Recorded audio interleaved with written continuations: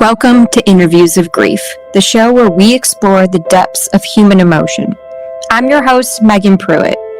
Grief is a universal experience that often hides in the shadows of our lives, rarely discussed openly.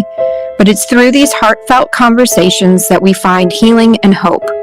This is where we bring to light the story of those who have faced loss and the myriad of emotions that come with it. We're here to discuss the good, the bad, and the sometimes ugly aspects of grief as we seek to honor the memories of those we've lost and extend a helping hand to others navigating the same path. So join us as we embark on this profound journey, turning sorrow into strength, one conversation at a time. Hello and a warm welcome to Interviews of Grief. Thank you for joining me today and for allowing me to be your guide in sharing the powerful stories of others. In this episode, we're going to speak with my friend Marilyn Diamond, who is an incredible individual and has faced her share of life's challenges.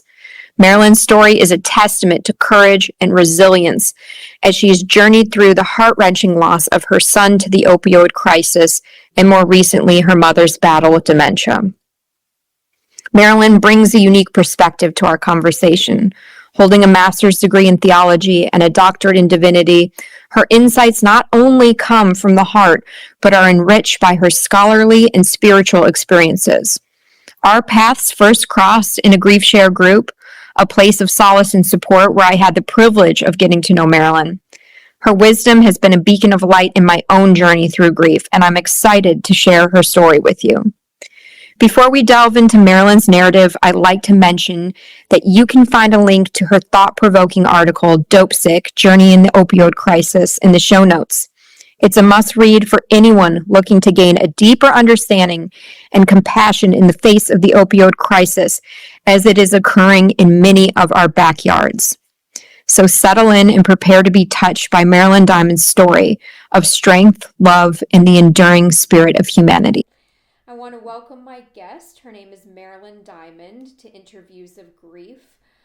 Just to give a little bit of background, we met at a group called Grief Share, and Marilyn heard through the grapevine that I was writing a book, and she said, I've written an article, and she sent it to me, and you have an incredible background. The article is called Dope Sick, Journey in the Opioid Crisis, and I just think that you could bring a lot of knowledge and healing to something that really is a public health crisis. I think you and I share that in common. Again, the purpose of this show is that, grief is universal. It's something that all of us are going to face. But a lot of times the ideas of grief or, what people are going through is in the shadows of their life. And I feel like we don't talk about it enough. So tonight is about Marilyn's story. The single most healing thing for me in my grief journey was to talk with others, hear others' stories, and learn from this entire, grief journey, if you want to call it that. So, yes. Marilyn, welcome. I'd love to hear a little bit about your story, kind of who you lost, when and how, and if you just kind of take us on that journey. Hi, everyone. Yes, my name's Marilyn Diamond. I lost my middle son. He was 35, and he had 6 beautiful children. He suffered from the disease of addiction, and he died from fentanyl February the 6th of 2020, and then COVID hit, and everything was shut down. I did do a grief group online, but it didn't work for me because they were advertising something else as well as, grief. And I realized that I may have had grief counseling, but I'm really realizing now that I really still need to do some work on my son and me and our journey in grief. Absolutely, for sure. I'm going to reference a few points of the article, and we will have a link to this in the show notes. But something that struck me immediately when you were writing that article was your mother's intuition. And I had it as a daughter's intuition too. Can you talk to me a little bit about that? Sure. I wrote the article.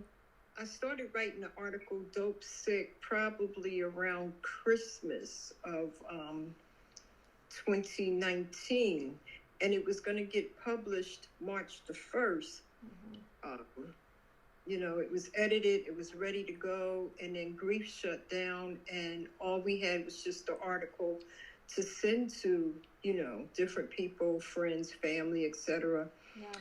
The mother's intuition, I was the last person in my immediate family to see my son, and at that time I asked him if he wanted to go to the beach, and he said no because he would get too sick, and it didn't really hit me about what he was talking about at that point. My son went into the hospital December 20th. He had an infection in his shoulder. Yeah. And the doctors were really good with him. Had it been a rehabilitation center where he could not have gotten out, it may have made a difference. I don't know. Yeah. January 23rd, that week, I felt like I had my son back.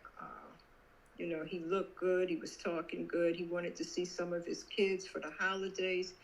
And he signed himself out of the hospital, AMA, against medical order. Yeah. And then 2 weeks later, we got the phone call that he was gone. Yeah. But I knew as a mother that it was either death, jail, or institution based on what he was doing in his life at the time. Yeah. I knew. So when the phone call came, I was hurt, I was surprised, but I wasn't really too surprised. I was more relieved. Yeah. Because then I knew where he was. Absolutely. And how far timeline was he into his addiction? How long had he been using, and how long had this had such a stronghold over his life?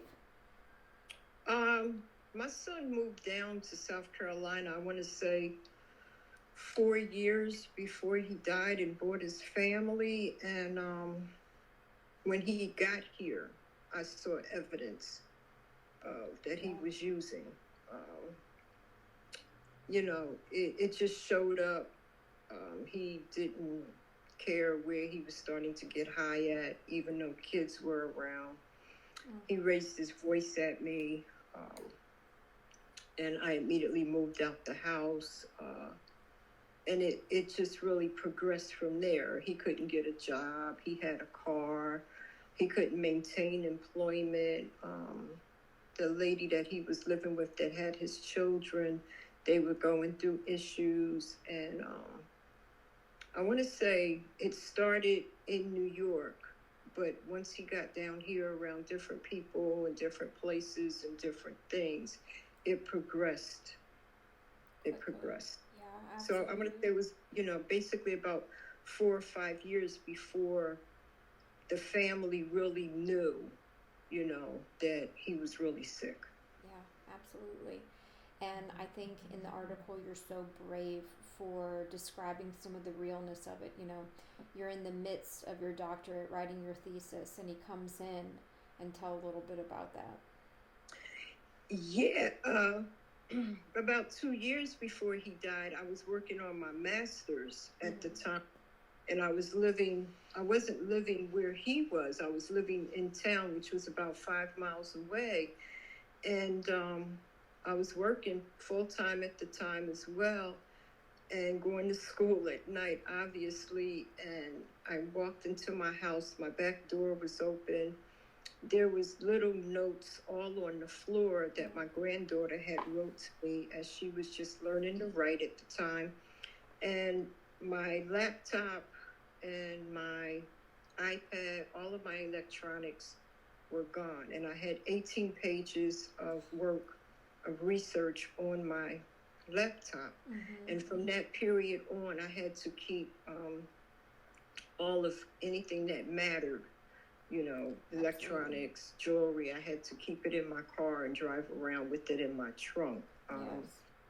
Ironically, I did have a lot of the research paperwork and managed to pull it back all together, but I was just really hurt because the police took fingerprints, but they couldn't identify that it was him. Yeah. But I knew. You knew, yeah. Yeah, absolutely. And to hear you describe deadly gray, so I've heard of opioid crisis, fentanyl, and the deadly gray. Would you mind just kind of giving what you know about it? Because I don't know if it's that mainstream and people really understand the power of this. So, deadly gray, after doing the research for the article, because my son's autopsy said he had carfentanil, he had meth, and he had heroin in his system. Wow. So, carfentanil is a higher grade of fentanyl. And, it's enough to kill an elephant. Yeah. Deadly gray is the combination put together that when my son shot up that last night, it immediately hit his heart, and he was found in a motel off of Interstate 20. From what I pieced together, he fell off the bed that he was sleeping on with someone else, and she didn't discover him until the next morning, but he was already gone after he took that one shot. So that's why they call it the deadly gray, because it's a mixture, a combination of different drugs that automatically would hit your heart and just, you would die on instant. Yes, absolutely. And I think about oftentimes the power of fentanyl. When my mom went on the ventilator, they put her on a strong cocktail of medicines, and fentanyl being one of them. And I think it was a cocktail of 3 or 4, and that was to keep her into a total comatose vegetative state. One was to erase memory of anything happening, one was to sedate, and one was to relax. And the power and how these have gotten into the streets. And now what struck me with the deadly gray was how you said it kind of resembles a concrete mix, right? It's now, it's not one single drug of choice, it's now all of these in tandem in one dose. Yes. Yes, exactly. From my research, at least a few months ago to a year ago, they was putting it in the gummies. Like the children would walk into the store and get gummies and things of that nature. And it would come up through tractor trucks, up from Florida. What I found out was that where we live, the area here where we live is just a mainstream between Charlotte and Atlanta. And, even though I tried to talk to the police and found out if, if the people who he was with would get charged or anything like that, from Florence to Atlanta or Spartanburg,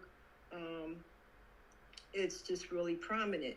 And, not even daily, but in this area here, there weren't a lot of avenues, over and over. We would try to get him help, and it just never panned out.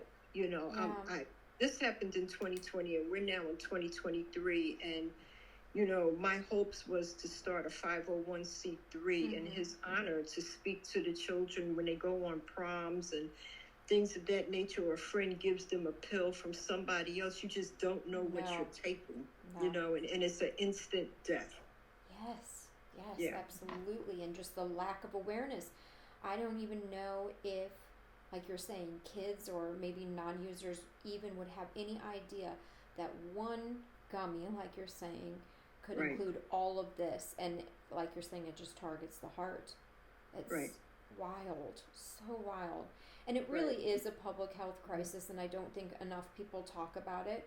I think, some families, there's some shame, and I think you had mentioned in some of your articles, what would other people mention the cause of death as? It was accidental overdose, but you knew.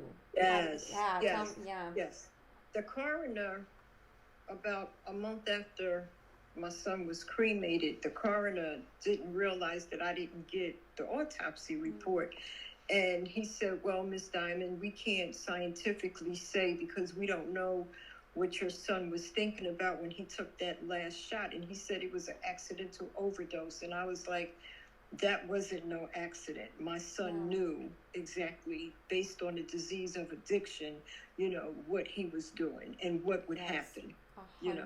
He grew up around the 12-step fellowships and recovery, and my son had choices, but the disease of addiction was just that much more powerful. Absolutely, and the hold that this can get as well.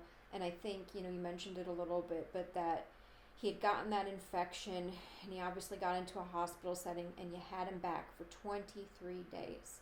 Right. And he was of sound mind and off of the drugs, and you had him back. Right.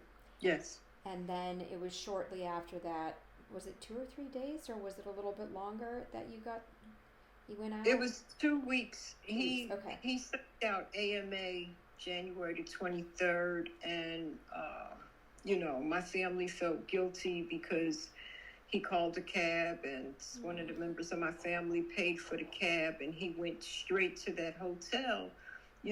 Just like I can remember the last time I seen him walking off. He asked me if I didn't drive him to this hotel, he would walk. Oh. And as a mother, I knew.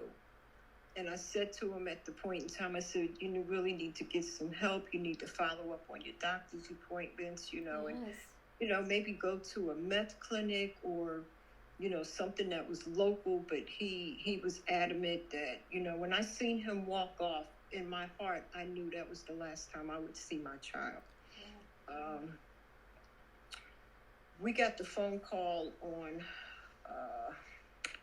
the 6th of February, and my mother, because he wasn't her favorite, but she leaned towards him because he had her great grandkids, and she just started screaming. I went in the back and I started shaking, even though I knew, in my heart, but I knew he was free. Yes, I know. I knew he was free, but it still doesn't take the sting out of it. It doesn't, and I've often described to people, it was easier to lose my mom than to watch her suffer. And I have recently, very, very recently, been able to shift the perspective of these marked days. So maybe for you, it's, the day that he checked out of the hospital, the last time that you saw him. I have those same milestones in my mind, and I used to mark them and think, okay, these were really days of suffering. But now I am making a conscious effort to really say, like, no, these were the last days before she went and got to be with God. It's, exactly. Every day. And when there's such peace, that they don't have to fight so hard anymore,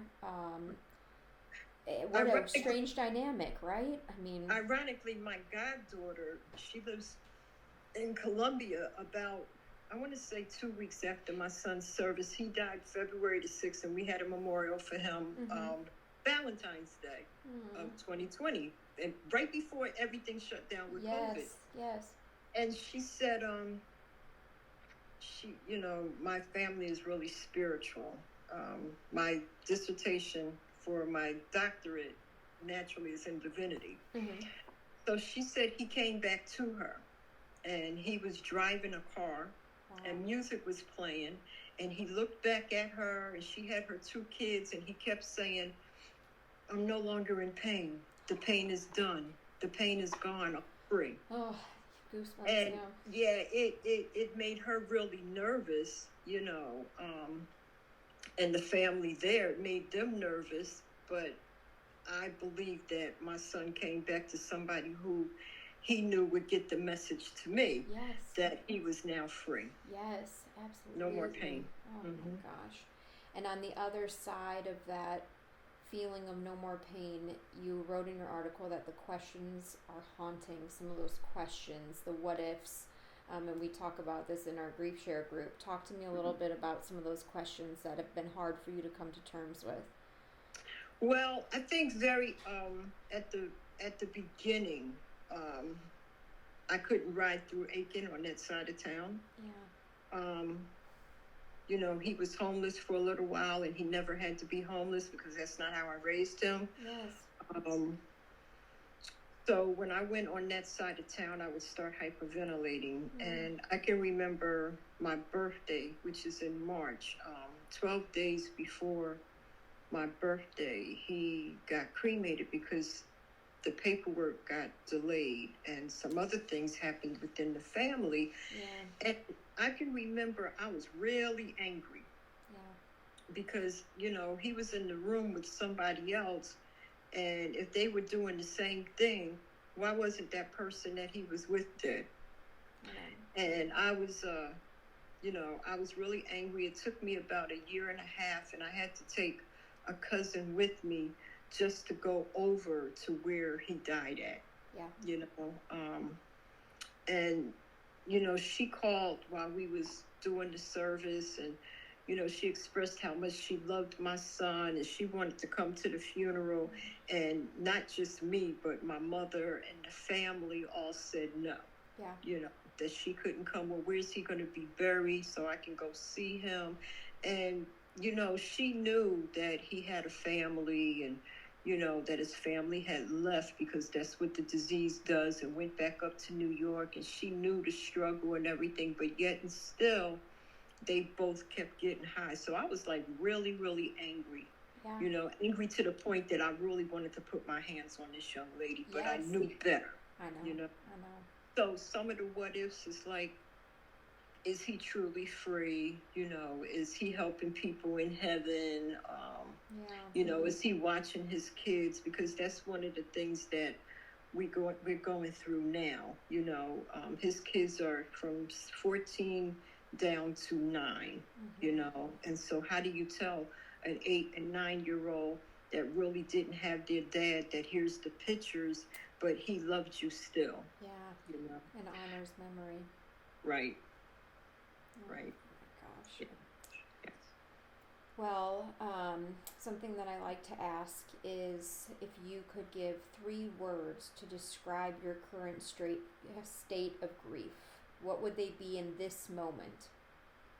Well, that's really ironic, because like Megan said, when I met her, I walked into Grief Share because it had been like 2 weeks since my mom passed. Yeah. And, when I got there, I really said, "Oh, I'm really raw. I didn't know if it was God's purpose for me to be there." And for 2 weeks, me and Megan kept sitting next to each other, not knowing that both of us were authors. And then I realized that, I walked through the grief journey.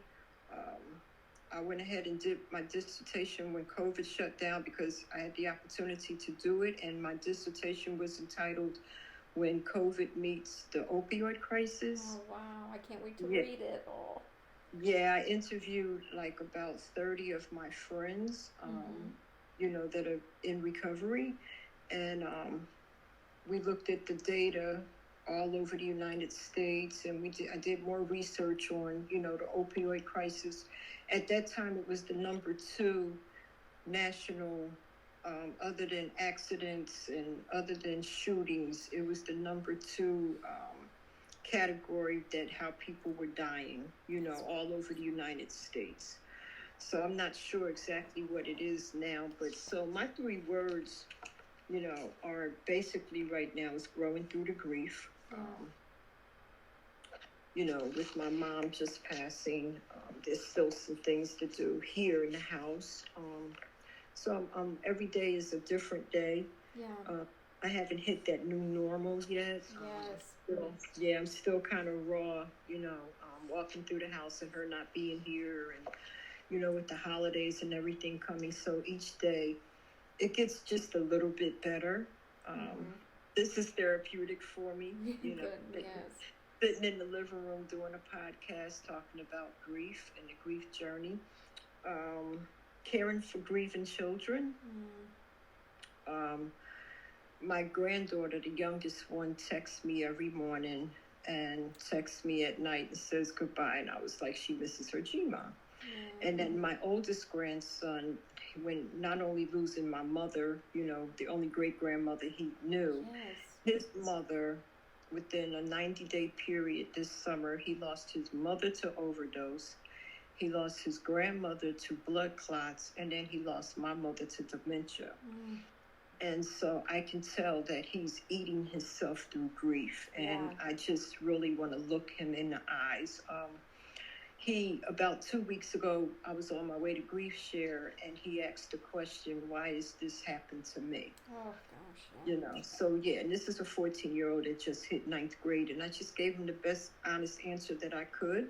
Right. But as a grandmother, usually I don't travel between November and April, but I feel it in my heart that I'm supposed to go see my grandkids and surprise them so it would make their day and just make things a little easier, that they know I'm okay, even though I'm down here in South Carolina by myself at this point. Yes. And then so my third question would be questions for God. Mm. Yeah, questions for God and making decisions. I feel in my heart, not just because I met you, having met you and receiving your book and you receiving my article and just, being so excited about my article that really didn't get published. I feel like this is confirmation that I'm going to take 30 days and just become a snowbird and go write. Yes. I wanted to write an article on my mom about my experience with caregiving, because a lot of people don't realize all the people we lost through COVID were caregivers, home health aide nurses, and things of that nature. And there was nobody here, within the last 6 months without putting my mother in a nursing home. And she didn't want to go in a nursing home to take care of my mother, so I had to call hospice. Yeah. So I think that that's a story that needs to be told as well. And then I'm going to start writing on my book. So, I love it. so I have some questions for God that I'm making the right decisions and what I'm doing, going into 2024. Absolutely. And would you tell me a little bit more about your mom? My mom was 82. She was the life of the party. I was coming to Grief Share to show pictures, if you don't mind. I would love it. Oh my gosh, what a beautiful woman. Yeah, I was going to bring some of the pictures to Grief Share. Yes. And then I get a ride to Grief Share because I have, a back disability. So my cousin brings me, and she had been to Charleston, and I didn't think it was fair, that she drive from Williston to come to Aiken and then go back home. Yeah. So this is the picture when I got married. Oh my gosh, look at you two. Yeah. This is my oldest and youngest grandchild. Oh, I love it. Yeah, this is my mom. Her memorial was 60 days ago. Oh, she got from her death certificate said Alzheimer's. Yeah. But we went through dementia, and this is Will. Oh, what a handsome man. This is who we did the article on. This is when I did my dissertation. Fantastic. Yeah, and then I just wanted to show you a copy to show you, I'm really a doctor. I was going to surprise a lot of people because usually I'm quiet in Grief Share. I love it. Fantastic. Yeah, I'm really a doctor of divinity. And then I had the book that I did another article. Oh, fantastic. Yeah, and there's a picture of my dad. My mother was, she was a teenage parent, a teenage single parent, so we both grew up together. And ironically, my mother kept everything, so it's taken me time to go through all of her things. And about a week ago, I found one of her former co-workers' numbers, and they still had the same number. My mother retired about, I want to say 15 years ago, but up until 77, she was still doing the electric slide, okay? Wow. Yeah, she was a fashionista, and she had a beautiful smile, and I had an opportunity to talk to her co-worker, and he, was just so happy to hear from me, telling him what happened to my mother. But the last 6 months have been really hard with the dementia as it progressed. My mother regressed back 15 years ago, and she thought that she could take her little luggage that was full of nothing but bills and go across the street. I live in a deep country. Yes. And catch a bus and catch a train and go to work in her sock. Oh my gosh, yeah. Yeah, so it's been a journey. Yes, absolutely. This night a year ago, I lost my grandma. It would have been my dad's mom. to dementia, and I was so fortunate because we could kind of see that, and it happened so quick, right? Like you see small declines, and then near the end, it's very fast. And Right. so I was hearing things from my aunt that was her primary caregiver, that I didn't know how much longer she had. So I put the kids in the car, my husband and myself, we all went and visited her. And it was one of her like last good days. She was of sound mind. She knew who I was. I was able to eat lunch with her because shortly after she lost the reflex to swallow. And oh my gosh, you sometimes forget what an organ the mind is. And when Yeah. that goes, I mean, ugh, it's tough. Yeah. It's really tough. When my mother stopped eating, I stopped eating, Yeah. and I think I lost like 12 pounds. Yep. You know, it's the hardest thing was parenting your parent, Yes. which we don't talk about enough. And my mother fell like between 7 to 10 times. Oh gosh. And the last time she fell on her face, and I had to make the decision to get the bed in here for her at that Yeah. time. Yeah. You know, so I'm still raw. I'm still walking through it. This is going to be the first holiday, birthday, Yeah. Mother's Day, and trying to prepare myself, and doing something really special, traveling or, being still, or just what, Yes. God bless my pastor has put me back to work, Mm. doing stuff in the church, teaching Bible study, teaching Sunday school with the kids. And I don't know, maybe next year I'll do some teaching. Yes, that would be fantastic. And I think surrounding yourself with the grandkids too. I feel like my reprieve sometimes is my kids. Right. Now, my oldest is old enough to know grief and to understand, and my little one probably will only have memories, from what we tell him, but I don't think he'll remember my mom. But Right. he's like my refuge of just, he doesn't know it, he doesn't carry it, it's such innocence, and Right. I think there's a lot of power in that. But at the same time, then you have your 14-year-old that's asking you the hard questions that makes you think too. Yeah. Yes. And you know what? If nothing else, we took plenty of pictures. I have nothing but pictures all on my Google. Yeah. The little one was born here in Aiken. Mm-hmm. There's a picture of her with her dad feeding her that we blew up in the chiropractor's office. And, the oldest granddaughter went to school here. So when they come down here to South Carolina, we're on 15 acres of land. They just, nice. when I look out my window, I see cows, and Yeah. they just love it. I They bet. just love it. So trying to get them down here and just, hanging out for a little while and adjusting to the fact that my mom's not here. Right. That was one of the benefits of the service, was that they were not here. So Yeah. we could deal with our grief. Yes. Burying my mother and having the Baptist ceremony for her, because had the kids been here, we would have been worried about, how they were feeling. I know. So I anticipate that once I get to New York, they're going to ask me a lot of questions, Yeah. about what happened with Miss Me. And Yes, and we, I Reliving it. actually just shared this last week at Grief Group. Somebody was talking about how their daughter kind of like didn't have their grandkids at the at a funeral service, and I said, I have no idea if this is the case, but this was my experience. Mhm. For the first time as a parent, I think I truly put myself before my oldest daughter, my child, and I made a Right. very conscious decision. I did think it was for her well-being to not come to the funeral to see my mom like that.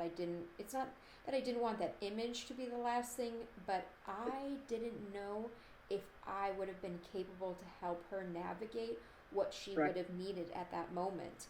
Right. And I don't regret it.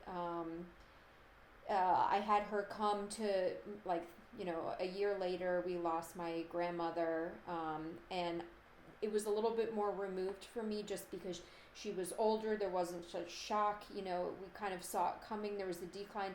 So I was able to feel like I could be there for my daughter. But at my Right. mom's, there was no way. There was just Right. no way. And I really think I made the right decision because there's nothing quite like, I watched my mother pass on FaceTime, and I knew that it was real. I knew it was real, but to walk up and to see her in the casket, Right. I keep my emotions controlled. Yeah. Like I would say, I'm not like one to openly cry. I've definitely cried way more than I ever have after losing my mom, and I don't see it as a sign of Right. weakness anymore like I used to. But I Right. literally saw her body, and I just walked up and I just started saying like, "How is this real? Like how this can't be real?" And I was There. hysterical. Right. Music does that to me. I was in here. I introduced my mom to Alexa before she left. That was Aw. ironic. I was in here listening to some music, and I was listening to the Spinners. They just got invoked into the Hall of Fame or whatever. 2023 Hall of Fame, Rock and Roll Mhm. Hall of Fame.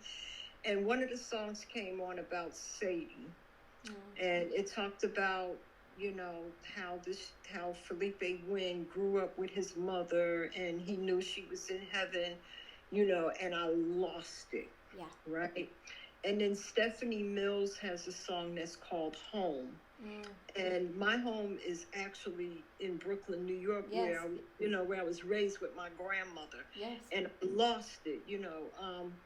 I have a 2-year-old granddaughter. She's my youngest son's child, and she made it to the service.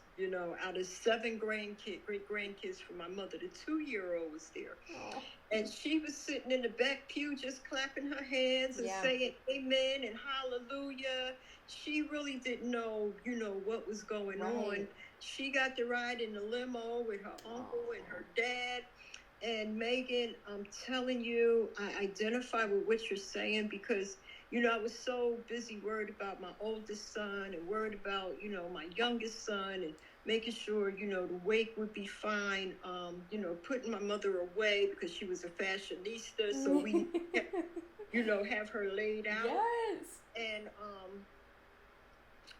I made sure that the service was on a Monday at 12 because I didn't know if I would be overwhelmed with so many people. So I Yeah. put myself first. Yep. And I asked the funeral home if me and my sons could close the casket. Oh wow. Mm. And I was good. I was a big girl until I seen my mom's head going down in the casket. Yeah. Oh. And gosh, I yeah. lost it. And they thought I was going to fall out. I just wanted one more minute with my mom. Yes. Yeah. After having walked through everything, we had to put an extra lock on the door. We had to get black mats in here because dementia patients are scared of water. Oh. So when we was pulling the casket down, I realized I got my minute, and I looked, and I had about 6 people's hands on my back, and I Yeah. was like, okay, I'm a big girl. If you don't get your hands off I my know. back, we're gonna have a problem I in know. here. I know. And I was okay. Yeah. After that, I was okay. I went through the rest of the service and watched the body go down. But people don't realize it's a part of trauma. 100%. Absolutely. And I said to my husband later, weeks later, I said, like, Brian, I just feel like I was so dramatic. Like, I've never been that animated, raw, not in control of my emotions. And he was like, Megan, you're standing in front of your dead mother's body, Right. that you didn't see this coming a million miles away. I would have Right. been worried if you didn't have this moment, because that would have been, you pushing something down. And that held some weight to me. Like, I've got to cut myself some breaks. Like, maybe this is the normal reaction for something like this. Yeah, I think, when I lost my dad, that was, I lost my dad, and then 4 hours after he passed in 2 different states, his mom passed. Oh my gosh. And a year to the date, we got twin nieces, right? But with my son, like I said earlier, I think I'm still processing through that grief. It really helped to do that article. That's one of the things that I do is I just write and Yes. put all of my feelings into it. So that became available for me. And then I just immediately went into doing my dissertation and research and my thesis. But losing a parent that you're so close to, that you see every day, I can't go to Publix. I Yeah. can't ride to Barnwell. I can, without thinking about her doctor's appointments, I or know. is she sitting over there waiting for me at Publix? I know. This, I've lost a lot of people. I've had the opportunity to be there, like as a death doula. When some people pass over, they ask me, they trust me to be there. This one is completely different. Yes. I've never experienced anything like what I'm going through, Yeah, with the absolutely. death of my mom. And I've said this a few times in the group, and I've come to two realizations. I feel like there's the person that I was before my children and after. That's a profound change, right? And then Right. there's the person I am before I lost my mom and after. So many fundamental things that I believe and how I operate have changed. Right. And then I recently took it a step further. A friend had called and she was upset, and she lost her dad a year ago. And I said, like, listen, you have to like compare this. Like, imagine this grief is like a newborn child. It's like an infant, right? And you've only been, having this grief as a 1-year-old. I said, like, who were you? I mean, for me, for my Hudson, he screamed for 3 months every single night. I was surviving, plain Right. and simple, just surviving. And now I feel like I'm in year 2 of my mom, and by the time you have a 2-year-old, maybe you feel more comfortable leaving the baby at the house. You can go get a shower on your own. You're getting a little bit more confident. It's not, the baby isn't so fragile. And I just wonder what it will be like, year 3 or 5. But we have to give ourselves grace, because Yeah. this is such a new life-altering event that I think it's the most underprepared thing that any of us ever go through, right? We're giving no manual. We'll all Right. face it, but we have no training in this, and nobody really talks about it that much. And it's just like, Right. And that's what I was talking about when we get to the age that we parent our parents. I Yes. never thought I would be in a position that I would have to, talk to my mother as if, she was a child. So now the phone calls have stopped, I know. and you don't know. At first it was like when somebody says to you, well, how are you doing? You just lost your mother. And you want to look at them and be like, can you reframe that question? I know. How do you think I'm really supposed to be doing I know. when I lost my mother? Ask me what it is you can do for me. Feed me. I stopped Yes. eating, I know. But the other thing is that now that the phone calls have stopped, like, which of my friends that call me, or my support system that call me, and they stop asking me how I'm doing, or they don't want to hear me talk about my mom anymore. I know. And You know? it's not frequently brought up. It was like, for me, I was on a vacation with 2 of our family friends, and it was the weekend that we had to move. We were selling my mom's house, and one of my very best friends since kindergarten was there, and I was trying to put on a good face the entire vacation. It wasn't that I wasn't enjoying myself, but I'm getting all these text messages from my friends saying, like, do you want to keep this? She's helping me move out. What are we going to do with this? And I'm seeing my mom's stuff go, out, and I'm having to arrange the moving truck from afar. And in hindsight, I would not have gone on that vacation if I would have known it would have been as difficult as it was. It was like the closing of a Right. chapter. But the point of that is to say, unless you've gone through it, people really have no idea. I have no idea. After my son passed, I was involved in doing some type of service work, and I guess the young lady, she never had a child, and she had her own motives. She wanted me to move into the position of being the chairperson, and I knew, just like now, I know that I have to be gentle with whatever it is, anything I do, and making any type of decisions, at least for this first year. Yeah. And she kindly, out of nowhere, just asked me, when are you going to be, this was about a month after my son passed, when are you going to be done with that grief stuff? Oh my God, I'm sorry. And I was like, how dare you? Yeah. But does she You even have no know? clue. She's got no idea. They have no idea. No. And you know what? And I lost a friend because of that, because I refused. If you couldn't be patient enough with me, that, I lost my middle child, Yeah. more or less, not even, at the point I'm thinking about how it's affecting the children, but then I got to think about how it's affecting my oldest son and my youngest son. Absolutely. And you're going to ask me, there's no time limit on No. grief. No, Zero. it's like that ocean wave. It I know. comes and it goes. And I stopped talking to this person, because I think if you could be that pathetic and that low, you know, about being self-centered about your life, and you couldn't take me into consideration, how could you be my friend? Absolutely. And then there's a point between pure ignorance and giving the person grace because maybe they're awkward and they don't know what to say, and then there's things that you're just like, no. Right. This is a And hard no. Right. And at that point, it was like, no, I'm not dealing with this. No, we're not on the same page. Right. We never will be. I'm not sure if I want somebody in my life that could, you know, be capable of saying something like that. And it was a great learning experience. So now it's like, I just put my hand up.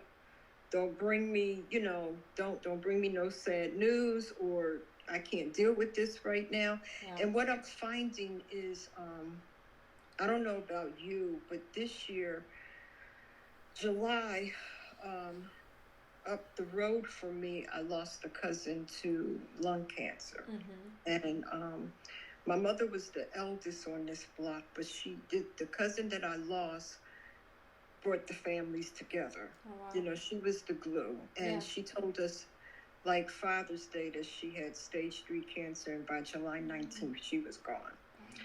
And then my mom left in August. And in September, I lost another cousin walking distance, and she was 102. You know, her and my mother were going through basically the same thing at the same time. So now I'm so sensitive when I hear, you know, this month alone, I think I stopped counting. You know, I lost a cousin. Her graveside service was today.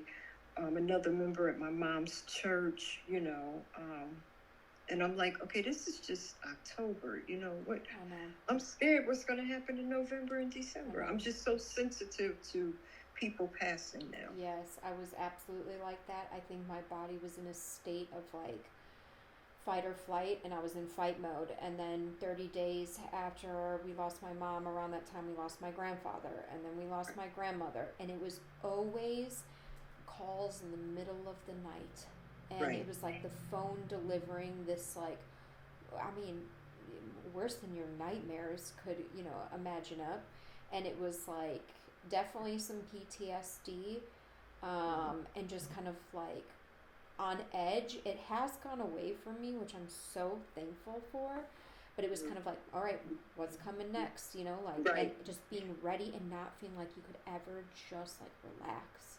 And I'm holding on. Yeah. You know, young lady I grew up with in Philadelphia, we was 14, and her sister would babysit. You know, her mother would tell her if she's babysitting her sisters that she would have to include me in there. You know, I knew she was sick, and like you said, this phone call came on a Sunday morning. You know, early in the morning, that the oldest sister was gone. And you know, here I am in South Carolina and they're in Pennsylvania, and there's nothing I could really do. You know, it just is express how I felt. You know, Absolutely. so I'm just holding on. Yeah, it's okay to not be okay, and it's like I'm getting to a point where I'm just like, this is the new me. Some of I like, you know, I used to have this like super passion for my career, and I never minded taking like a risk. And now I just feel like I need to be more calculated, and I'm not sure if I want to take as many risks, and I just want to kind of coast for a little bit.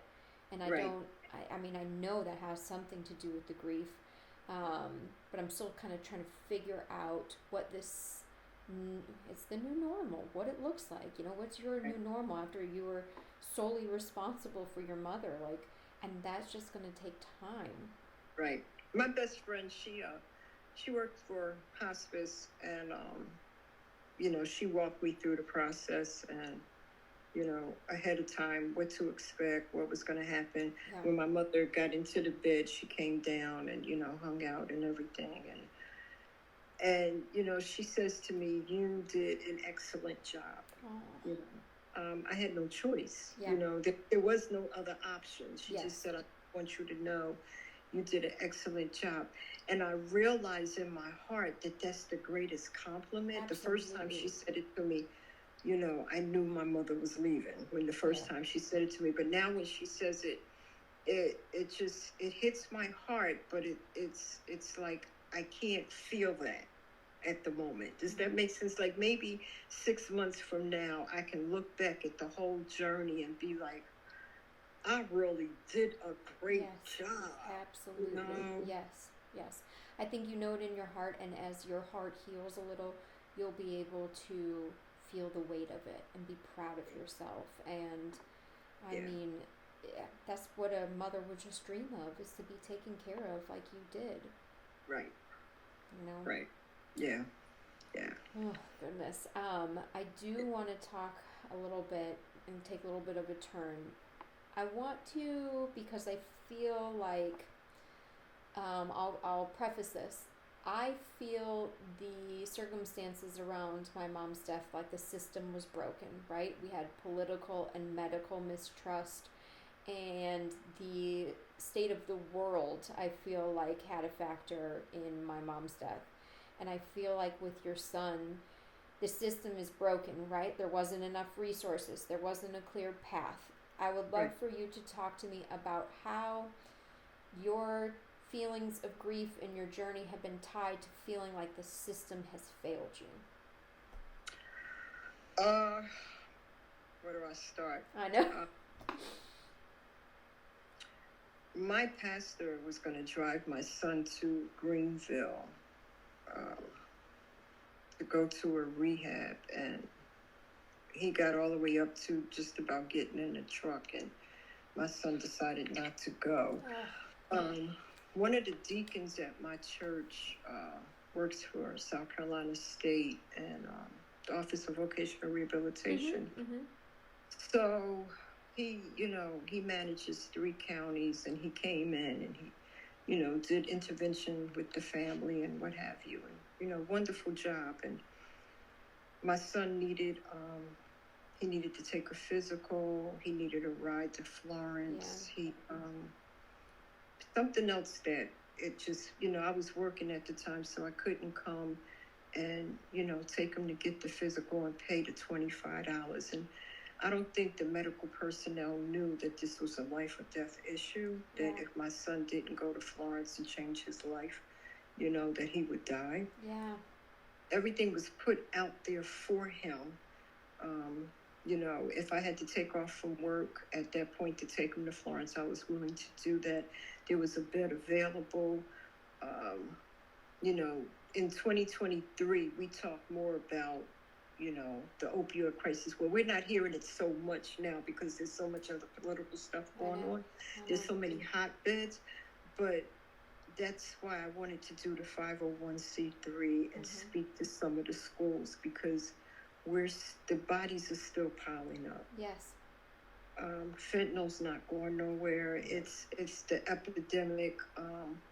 It's a worse epidemic than crack, cocaine, and heroin ever were. That's insane.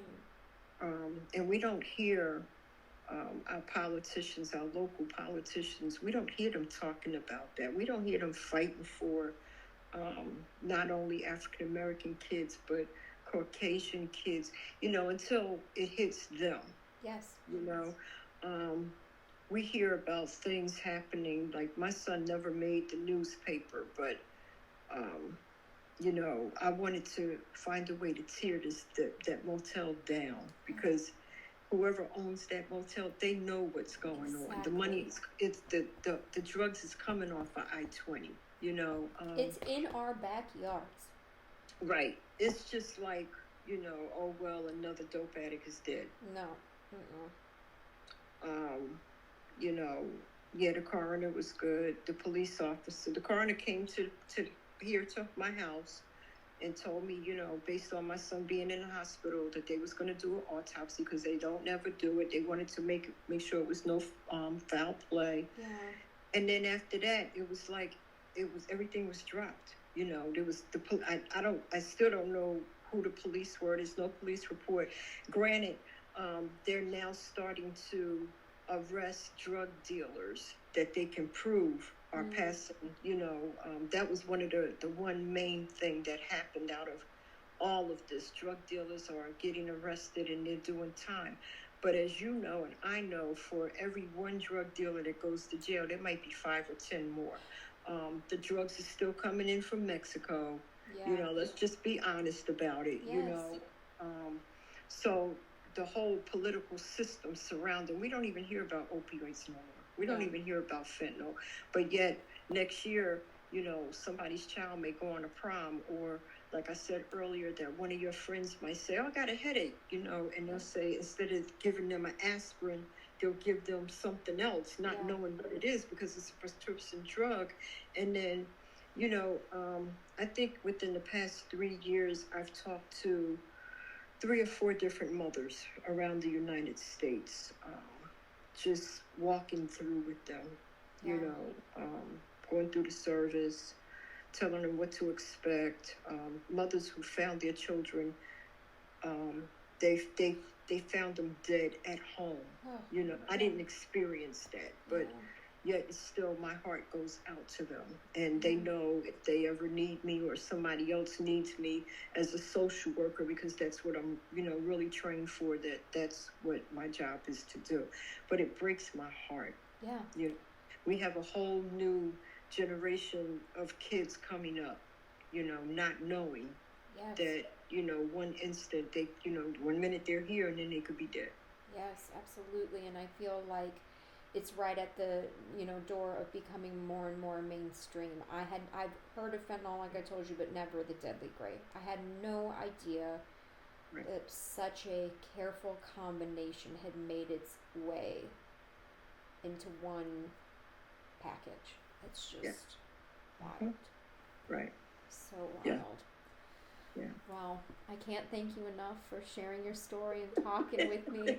I feel You're like welcome. one of the best parts of Grief Group is you and I would have probably never met. We would I have know. never crossed paths.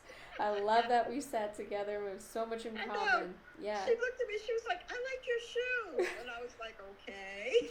I think I have on similar ones. Some moccasins, And then, yes. then I overheard you talking about your book, and I was like, "Are you a writer?"